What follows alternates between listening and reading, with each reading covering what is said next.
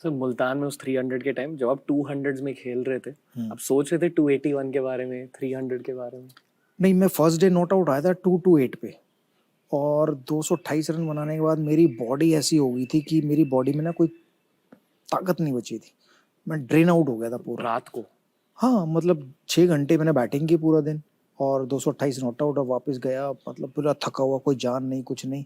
तो मैंने एंड्रोलिपस हमारा फिजियो होता था, मैंने उसको बोला यार मुझे मसाज दे दे थोड़ी अच्छी खासी। तो उसने कहा कि मैं मसाज तेरे को 300 पे दूंगा। तो 300 बनाएगा तो मैं 1 घंटा मसाज दूंगा, वरना मैश्योर है, जाके मैश्योर से ले ले। तो एक मोटिवेशन ये भी था कि यार इससे मसाज लेनी है, चाहे जो मर्जी हो जाए।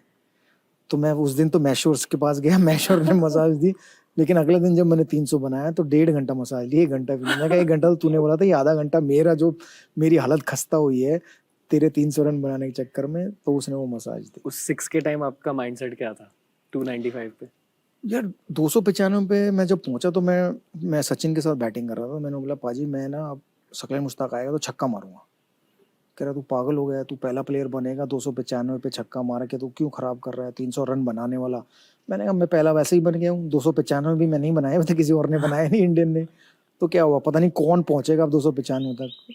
कह रहा देख ले तू ही पागल होगा जो करेगा। तो नेक्स्ट ओवर शक्ल मुश्ताक आया, पहली बॉल मैंने स्टेप आउट करके छक्का मारा। मुझसे ज़्यादा खुशी उनको हुई, बड़े गले ले गए, शाबाशी दी, वो 300 रन हो गए। हर किसी को खुशी हुई थी सर, मुझे याद है हम दोपहर में देख रहे थे वो मैच। जी वो वाला पाकिस्तान टूर बहुत मेमोरेबल है, जी। जिसमें लक्ष्मीपति बालाजी थे, इरफान पठान थे। हर इंडियन क्रिकेट फैन के लिए वो वाला टूर बहुत मेमोरेबल है। वो वाला टूर इसलिए भी मेमोरेबल है क्योंकि एक तो हम लोग इतने सालों के बाद वापस पाकिस्तान गए थे जी। और हम लोग जब वाजपेयी जी से मिले, प्राइम मिनिस्टर थे, तो उन्होंने एक ही चीज़ कही, भाई मैच जीतो ना जीतो दिल जीत के आना। तो सौरव गांगुली ने कहा नहीं सर हम दोनों जीत के आएंगे, हम दिल भी जीत के आएंगे और मैच भी। तो हमने वनडे और टेस्ट दोनों सीरीज जीती वहाँ पर, और बड़ा प्यार मिला हमें पाकिस्तानी अवाम से। ऐसा नहीं है कि हम जब जहाँ भी जाते थे तो हमारे लिए एक तो सारे रास्ते ब्लॉक कर देते थे, रोड दोनों साइड के रोड बंद, वहाँ कोई नहीं जा, फिर हमारी बस जाएगी या गाड़ियाँ जाएंगी। उतनी जो वहाँ के प्रेसिडेंट का सिक्योरिटी देते, वो सिक्योरिटी हमारी टीम को मिली हुई थी। पाकिस्तान टूर के बाद मेरी शादी होनी थी, तो जब मैं पाकिस्तान से वापस आने लगा लाहौर से, तो मुझे ना कुछ लेडीज़ सूट्स और लेडीज़ जूतियाँ चाहिए थी। तो मैं वहाँ मार्केट गया पुलिस वुलिस लेकर, और मैं जूतियाँ खरीद रहा हूँ, सूट्स खरीद रहा हूँ। तो जब मैं पैसे देने लगा ना, तो उन जूतियों वालों ने और सूट वालों ने मुझसे पैसे नहीं लिए। बोले नहीं आप तो हमारे मेहमान हैं और हम मेहमान से कैसे पैसे ले सकते हैं। तो मैंने कहा यार 1-2 फ्री में दे दो, बट मेरे को तो 30-35 चाहिए। बोला नहीं सर ये आपकी दुकान है। तो 30-35 जूतियाँ सूट लाया मैं अपनी मदर सिस्टर बुआ चाची ताए सबके लिए, और वो किसी ने पैसे नहीं लिए। वो कि बहुत सारे भारतीय पाकिस्तानी की असलियत नहीं जानते, और वाइस वर्सा पाकिस्तानी भारतीयों की असलियत नहीं जानते। ये आपको सिर्फ तब पता चलता है जब आप दुबई में ट्रैवल करते हो। जब वहाँ पाकिस्तानी टैक्सी ड्राइवर मिल जाते हो और वो भी कहते हैं कि हमारे दोनों मुल्क के बीच झगड़े तो होते पर हम हैं तो एक ही। मुझे एक कुमार विश्वास की बात बहुत याद आती है, मतलब मैं उनको भी सुनता हूँ। तो वो कहते हैं कि पाकिस्तान 1947 से पहले नहीं था और पाकिस्तान अब बना है, मतलब 1947 के बाद बना है। तो पहले तो पाकिस्तान था ही नहीं, पहले तो एक ही थे ना। जी। दोनों अवाम, इंडिया पाकिस्तान जो आज अलग अलग हुई है, वो थे तो एक ही। हमारी फौज या हमारी पॉलिटिक्स जो मर्जी कहे, बट वहाँ की अवाम में और हमारी अवाम में आपस में प्यार तो अभी भी है। जी, आई थिंक जनरल पब्लिक को ये चीज सीखनी चाहिए, शायद यूट्यूब से सीखेंगे। सबसे आसान काम क्या है, गाली देना तो बड़ा आसान काम है, प्यार करना ही तो सबसे मुश्किल है। तो गाली तो मैं भी दे दूंगा किसी भी पाकिस्तानी को, लेकिन उनसे प्यार करना, दोस्ती करना, वो मुश्किल काम है।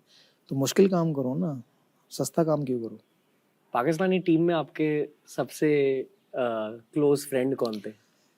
पाकिस्तान में थे तो बहुत सारे, बट जो सबसे क्लोज आए वो शोएब अख्तर थे।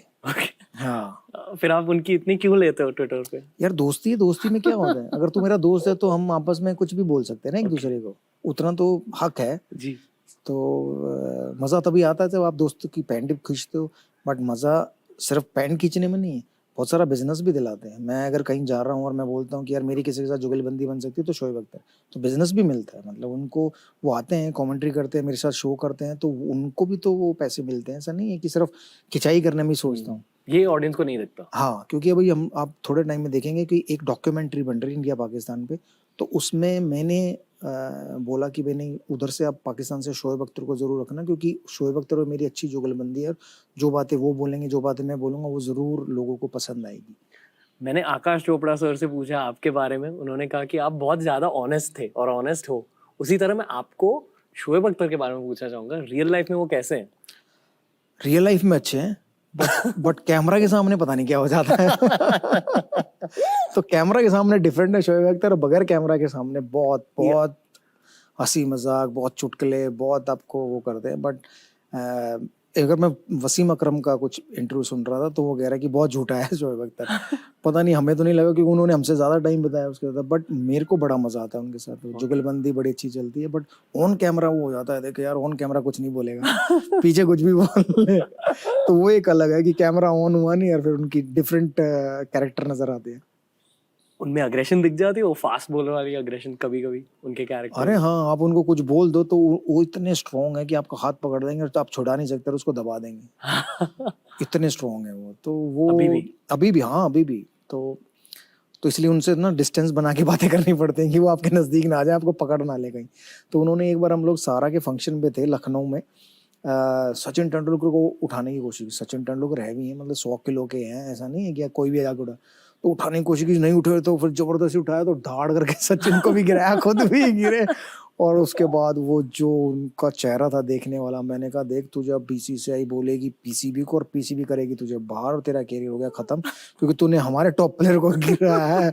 और वो सचिन के पीछे पीछे, नहीं भाईजान बस आप किसी को बोलना मत, ये गलती होगी ये वो, और मूव ऑन। तो वो किस्सा आज भी कभी मैं पाजी, सचिन पाजी के साथ बैठते तो वो याद करते तो आज भी हम लोग हंसते हैं।